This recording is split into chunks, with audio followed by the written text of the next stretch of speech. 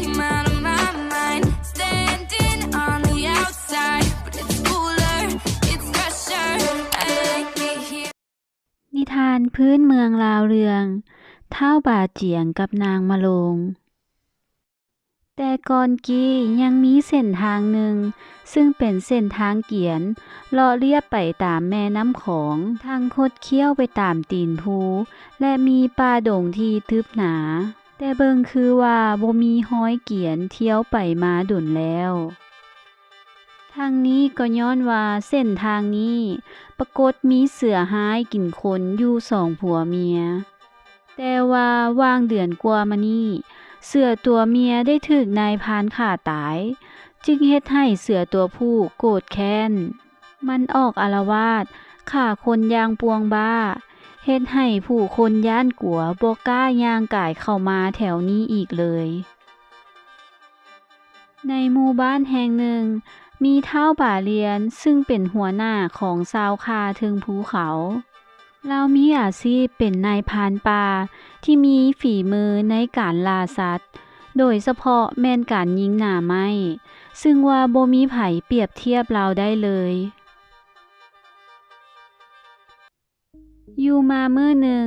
มีเศรษฐีชาวลาวลุมคนหนึ่งซึ่งว่ามีอาชีพเป็นพ่อค้าที่มีชื่อว่าท้าวโอฬารเราได้เดินทางผ่านเส้นทางเลาะเลียบตามแคมแม่น้ำของ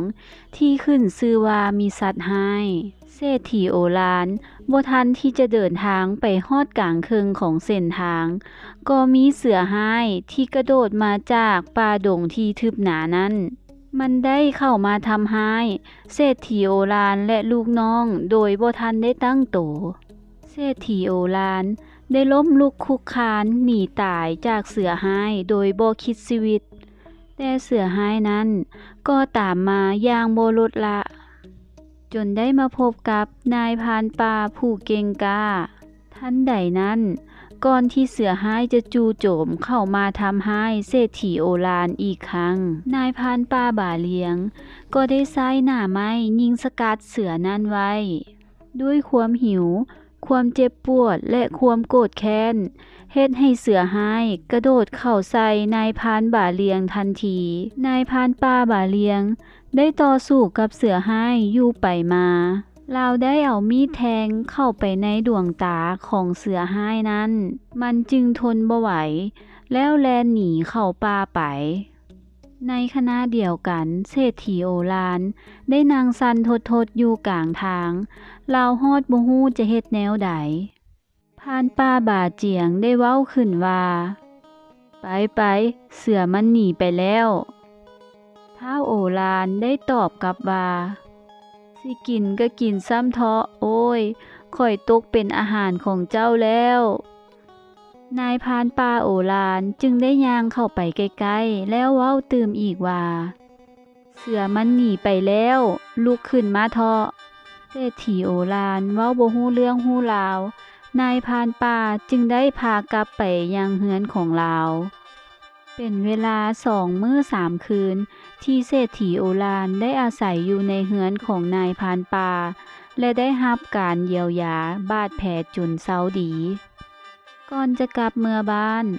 นายพรานผู้อาวุโสได้ทำอูสู่ขวนตามฮีตของประเพณีให้และได้ผูกคอต่อแขนให้ลูกชายของตนซึ่งแม่นท้าวบ่าเลียงกับท้าวโอฬารให้เขา2 คนนั้นเป็นเสี่ยวฮักเสี่ยวแพงกัน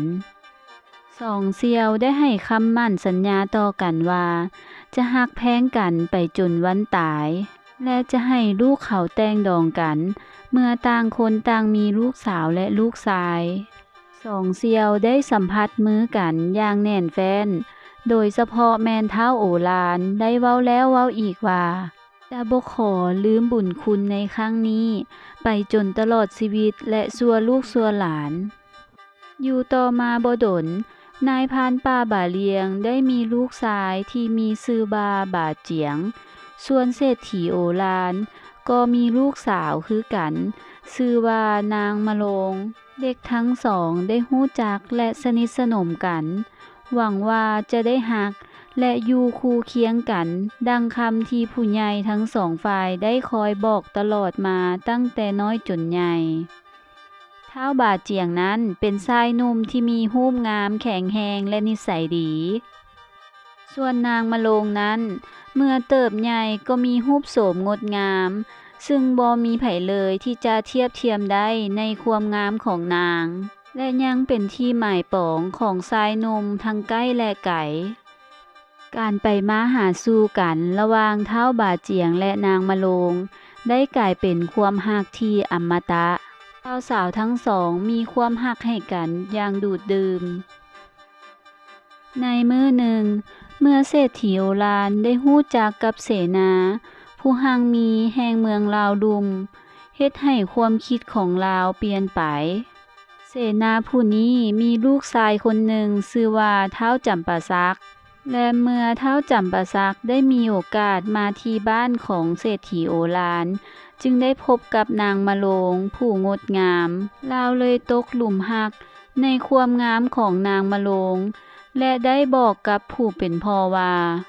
อยากจะมาสู่ขอนางมะโรงไปเป็นคู่ครอง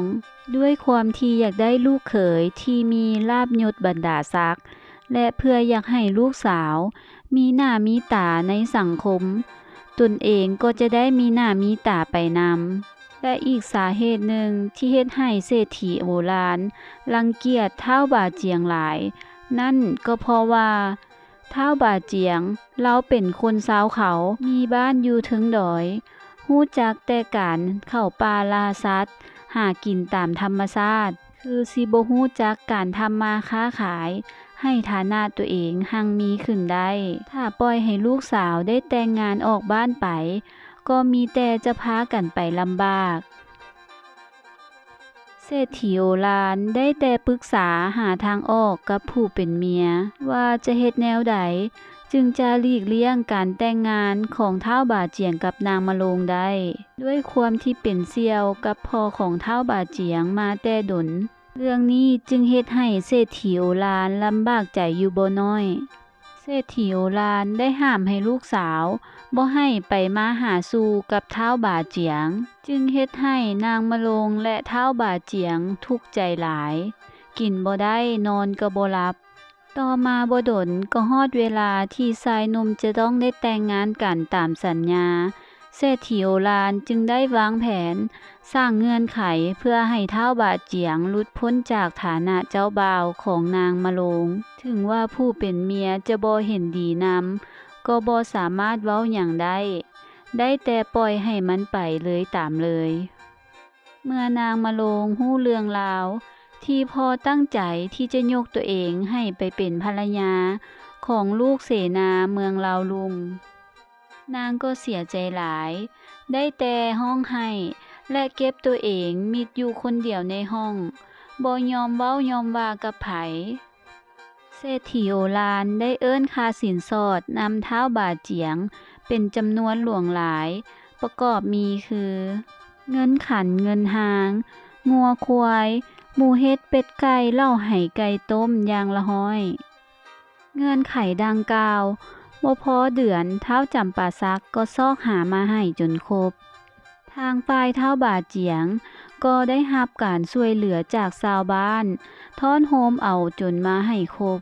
แล้วขบวนขันหมากที่มีวัตถุสิ่งของครบถ้วนตามเงื่อนไขของท้าวบาเจียง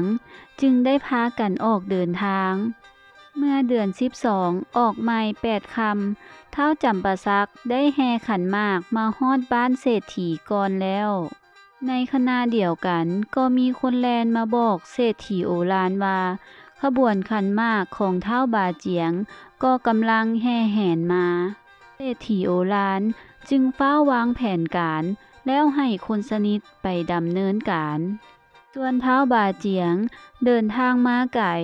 พอฮอดเมืองขันเกิงฟ้าก็เริ่มมืด